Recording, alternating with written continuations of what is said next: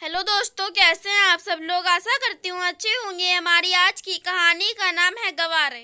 नेहा की आंखों से नींद कोसों दूर थी। कल उसका 12वीं का रिजल्ट जो आने वाला है। सुबह माँ पापा, मेरा रिजल्ट आ गया, मुझे 98% अंक मिले हैं। नेहा ने मोबाइल में रिजल्ट देखते हुए कहा। नेहा की माँ बीना बहुत खुश हुई। बीना नेहा को गले लगाकर उसका माथा प्यार से चूम लेती है। बहुत अच्छी खुशखबरी सुनाई बेटा, मैं अभी भगवान को दिया जलाकर आती हूँ। नेहा के पति सुरेश बहुत खुश थे। वह मिठाई लेने बाजार चले जाते हैं। तभी नेहा के मोबाइल में उसकी कोचिंग संस्था से फोन आता है। उसे परिवार सहित कोचिंग की सक्सेस पार्टी में आने का निमंत्रण दिया जाता है। सुरेश और बीना का खुशहाल परिवार था। वे दोनों गांव से ताल्लुक रखते थे। बीना एक बहुत ही गरीब परिवार की बड़ी बेटी थी। उसके पीछे 3 बहन और एक भाई था। बेटे को जन्म देते समय उसकी मां का निधन हो जाता है। तब बीना मात्र 12 वर्ष की थी। 12 वर्ष की बच्ची अपने छोटे भाई बहन की कब मां बन गई, पता ही नहीं चला। धीरे धीरे बीना का मन पढ़ाई से दूर होता चला गया।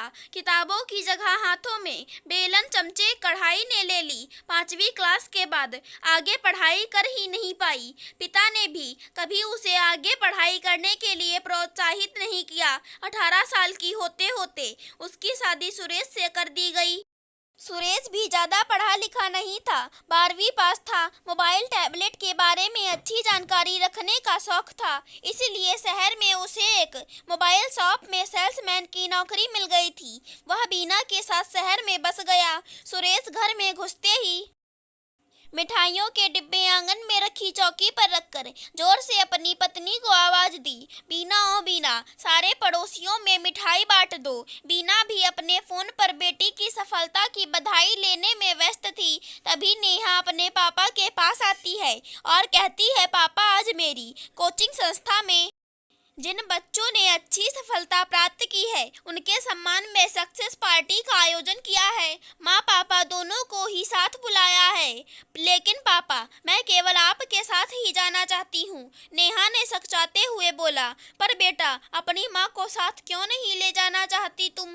सुरेश बोला, पापा, मेरे सारे दोस्तों की मम्मी काफी पढ़ी लिखी हैं, फर्राटेदार इंग्लिश बोलने वाली, लेटेस्ट हेयर स्टाइल करती हैं, नए जमाने के कपड़े पहनती हैं। लेकिन मम्मी तो गांव की गंवार अनपढ़ हैं, उन्हें कुछ नहीं आता, एकदम साधारण सी लगती हैं। हर दम साड़ी पहन मांग में ढेर सारा सिंदूर लगाए घूमती हैं।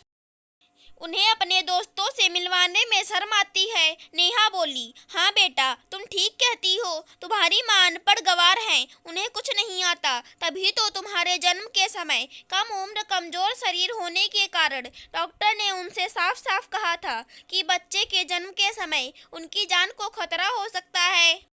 तब तुम्हारी माँ ने कहा था, मैं किसी भी कीमत पर अपने बच्चे को नहीं खोना चाहती, मैं बच्चे को जरूर जन्म दूंगी। उन्होंने अपनी इच्छा शक्ति के कारण तुम्हें सफलतापूर्वक जन्म दिया।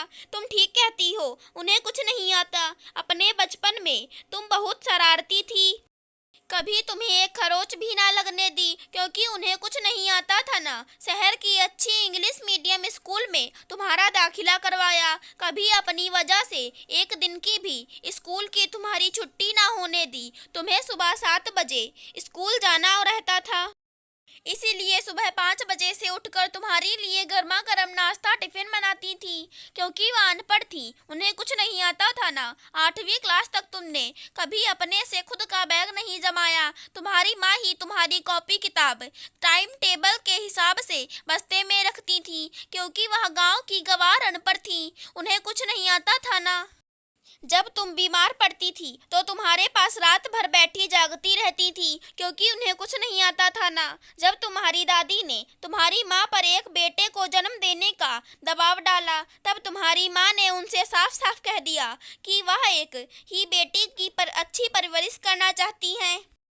क्योंकि वह अनपढ़ थी, गंवार थी, उन्हें कुछ नहीं आता था। तुम्हारी माँ की जिंदगी तुम्हारे इर्द गिर्द ही घूमती, तुम्हें एक अच्छी परवरिश देना चाहती थी। अपनी तमाम ख्वाहिशों को दबा दिया उसने, ना कभी अच्छा पहनने की चाहत, ना अच्छा खाने की चाहत, क्योंकि वह गांव की गंवार अनपढ़ थी ना, उन्हें कुछ नहीं आता था ना।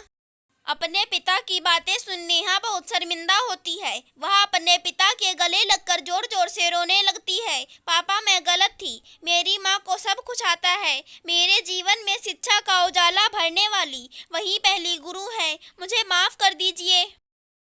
शाम को नेहा अपने माता पिता के साथ कोचिंग क्लास जाती है। वहाँ कई अखबार वाले बच्चों का इंटरव्यू लेने आए थे। पहले तो नेहा ने अपनी माँ पापा को सबसे मिलवाया। आप अपनी सफलता का श्रेय किसे देना चाहती हैं? एक मीडिया कर्मी द्वारा पूछा गया सवाल। नेहा अपनी सफलता का श्रेय कोचिंग संस्थान के साथ साथ अपने माता पिता को देती है। नेहा कहती है, माता पिता अपने बच्चों के ऊपर अपना सर्वस्व निछावर कर देते हैं, लेकिन कई बच्चे उनके प्रति अपना फर्ज निभाने के बदले उनका अपमान कर देते हैं, जो गलत है। लेकिन दोस्तों, जब जागो तब सवेरा। मैं अपनी माँ को आगे पढ़ाई करने में पूरी मदद करूंगी। एक बेटी का पूरा फर्ज निभाऊंगी। माता पिता से बढ़कर कोई शुभचिंतक हो ही नहीं सकता।